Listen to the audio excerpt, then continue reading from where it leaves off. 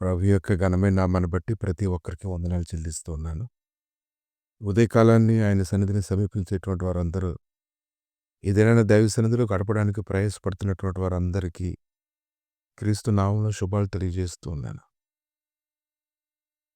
మనం ఎలా ఉన్నప్పటికీ దేవుని యొక్క వాక్యం మన యొద్దకు వచ్చేటప్పటికి దానికి లోబడడానికి మనం ఇష్టపడి ఉండాలి. మన యొక్క భక్తి తేటగా ఉంటే మన దర్శనం కూడా తేటగానే ఉంటుంది. మన భక్తిలో ఎప్పుడైతే లోపం ఉంటుందో మన దర్శనం కూడా ఎప్పుడు కూడా గజిబిజిగా ఉంటుంది. అపోస్తల కార్యాలు 10వ అధ్యాయము 3వ వచనం. పగలు ఇంచుమించు 3 గంటల వేళ దేవుని దూత అతని యొద్దకు వచ్చి కొర్నేలిని పిలుచుట దర్శనమందు తేటగా అతనికి కనబడెను. కొర్నేలి దాన్ని చాలా స్పష్టంగా తేటగా చూస్తూ ఉన్నాడు. అది ఎంత గొప్ప భాగ్యం అంటే చాలా గొప్ప భాగ్యం అని చెప్పాలి. కనుక ఈ రకంగా ఒక దర్శనాన్ని అతడు చూస్తూ ఉన్నప్పుడు అతడు భయపడ్డాన్ని మనం చూస్తున్నాం.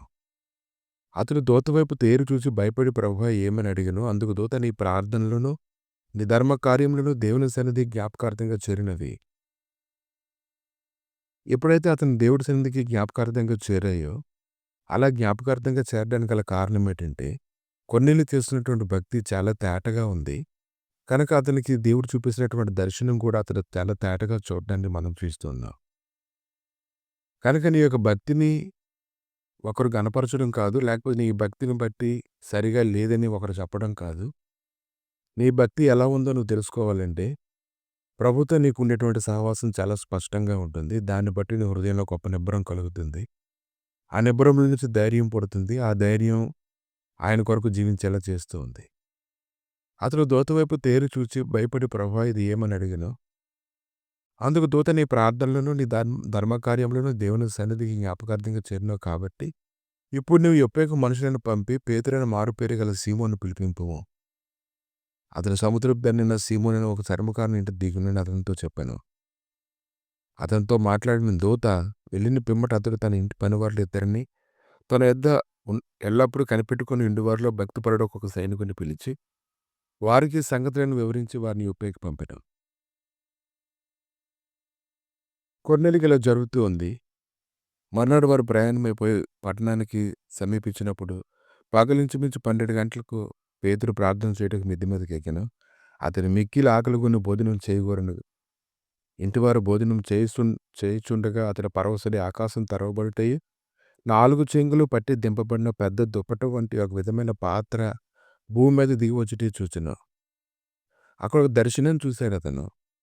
ఆ దర్శనాన్ని చూస్తూ ఉన్నప్పుడు దేవుని యొక్క స్వరం అతనికి వినిపిస్తూ ఉంది. పేతురు నువ్వు లేచి చంపుకొని తినమని ఒక శబ్దం అతనికి వినిపించినప్పటికీ అతడు పేతురు వద్దు ప్రభువా నిషిద్ధమైనది అపవిత్రమైనది ఏదైనా నేను అన్నడం తినలేదని చెప్పగా దేవుడు పవిత్రం చేసిన వాటిని నిషిద్ధమైనదిగా వాటిని ఎంచవద్దని మరలా రెండవ మారు ఆ శబ్దం అతనికి వినపడను. ఇలాగ ముమ్మారు జరిగను. వెంటనే ఆ పాత్ర ఆకాశంలోకి ఎత్తబడను. పేతురు అయితే తనలో తాను ఆలోచన చేసుకుంటూ ఉన్నాడు. ఇదేంటి ఇలా ఎందుకు జరిగింది, దీని యొక్క అర్థం ఏంటి.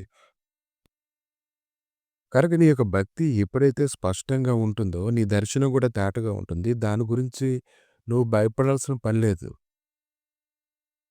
నీ భక్తిని నువ్వు ఆపకూడదు. ఆ భక్తి శక్తిగా మారేటంత వరకు, అది నిన్ను స్థిరపరిచేటంత వరకు దైవ సన్నిధిలో గోజేయడం అనేది ప్రాముఖ్యమైనటువంటి విషయం.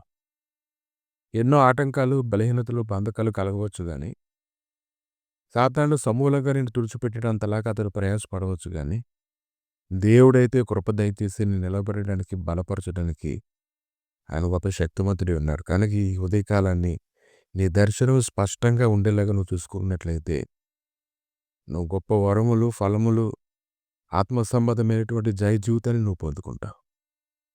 ప్రభువా మీ దయగలిగిన నష్టాలకు తండ్రి సమయంలో ఉదయకాలను అప్పగించుకొని ప్రార్థన చేస్తుండగా నీ గొప్ప సన్నిధి సమాధానం నీ మహిమని తండ్రి తోడుగా ఉంచి అన్ని విషయంలో బలపరిచి కృప చూపి మీ మహిమ తండ్రి ప్రకటించి మీరే మహిమగలత ప్రభువాలు పొందమని ప్రతి విధమైన కీళ్ళు తప్పించి నీ సహకారమైన సన్నిధి మొదలుకొని సదాకాలం తోడుగా ఉంచి నడిపించమని గొప్ప కార్యములు చూచుటకు ప్రభువా ఈ దినమున వారికి సహాయం అనుగ్రహించమని యేసు నామములు అడిగి వేడుకుంటున్నాము తండ్రి.